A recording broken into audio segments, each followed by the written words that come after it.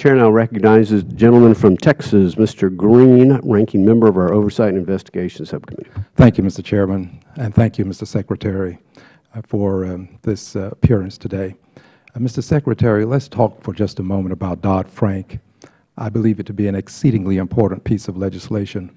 Would you kindly give some indications as to how well it's performing and some indication as to how Dodd-Frank could have made a difference when we went through the 2008 crisis?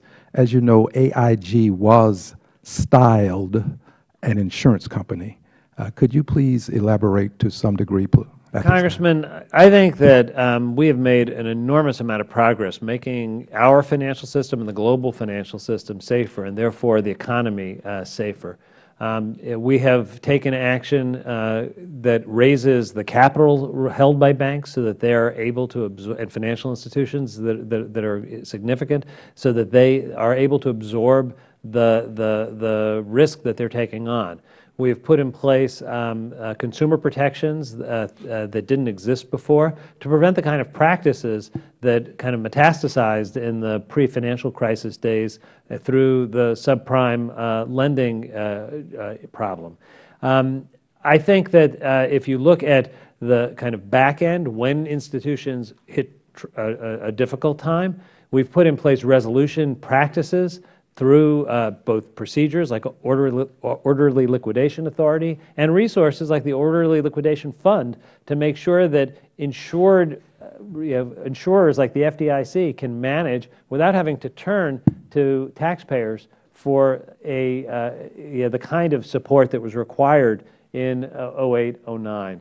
I think internationally, we have worked to try and bring global standards up to where U.S. standards now are.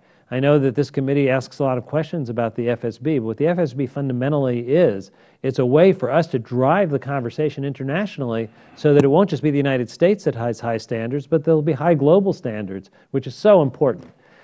I think we still have a lot more work to do. I think that the idea that you ever finish is probably not attainable because the financial system doesn't stop moving. It doesn't stop evolving. The next problem won't be exactly what it was in 07, 08. It's why we ask questions about things like money market funds and asset managers and other things, not because we assume that there's a problem, but because we know that if there is something that presents a kind of risk that should get our attention, we need to ask the questions in advance.